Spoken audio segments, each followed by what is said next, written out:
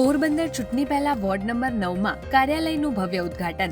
Porbandar ward number 9માં આજે કાર્યાલય ઉદ્ઘાટન કરવામાં આવ્યું, જેમાં રમેશ ધડુક, અર્જુનભાઈ મોઢવાડિયા, કેતન ગજ્જર સહિતના લોકો ઉપસ્થિત રહી દીપ પ્રાગટ્ય કર્યું. પોરબંદર જિલ્લા ભાજપના પ્રમુખ 11 જેટલા ઉમેદવારો બિનહરીફ થતા ઇતિહાસમાં પહેલીવાર પોરબંદરમાં આવી જીત મળી છે. તો પોરબંદરના જાણીતા વકીલ અને લોહાણા સમાજના અગ્રણી ભરત લાખાણી પણ વોર્ડ 9ના સક્ષમ અને સેવાભાવી ઉમેદવારો છે તેમ કહી મતદાન વધુમાં વધુ થાય તેવી અપીલ કરી હતી.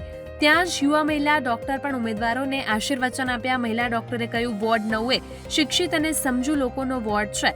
વિકાસ એ જ વોર્ડ 9ની ઓળખ છે. આમ કહી બધા ઉમેદવારોની ભવ્ય ઓળખ આપી.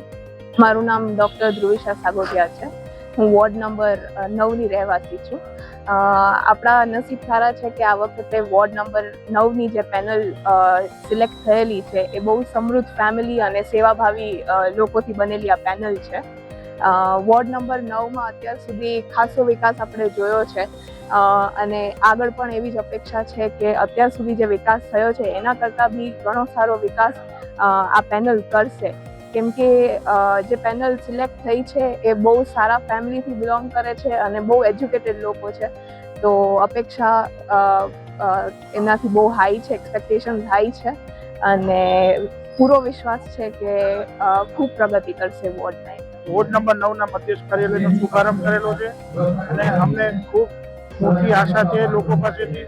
લોકોનો ખૂબ સારો પ્રતિસાદ છે અને સૌ કોઈ અમારા તરફેણમાં મતદાન કરશે એવી અમારી આશા અપેક્ષા છે. લોકો જે બિનહરીફ છે એ લોકોને શુભેચ્છા આપું છું અને એ હજી 52 સીટ એટલે હવે વધેલી 41 સીટ પણ ભાજપનું જ કમળ ખીલવાનું છે તેવો અમને સંપૂર્ણ વિશ્વાસ છે. રોજ નવા અપડેટ્સ જોવા માટે અમારા પેજને ફોલો કરવાનું ભૂલશો નહીં.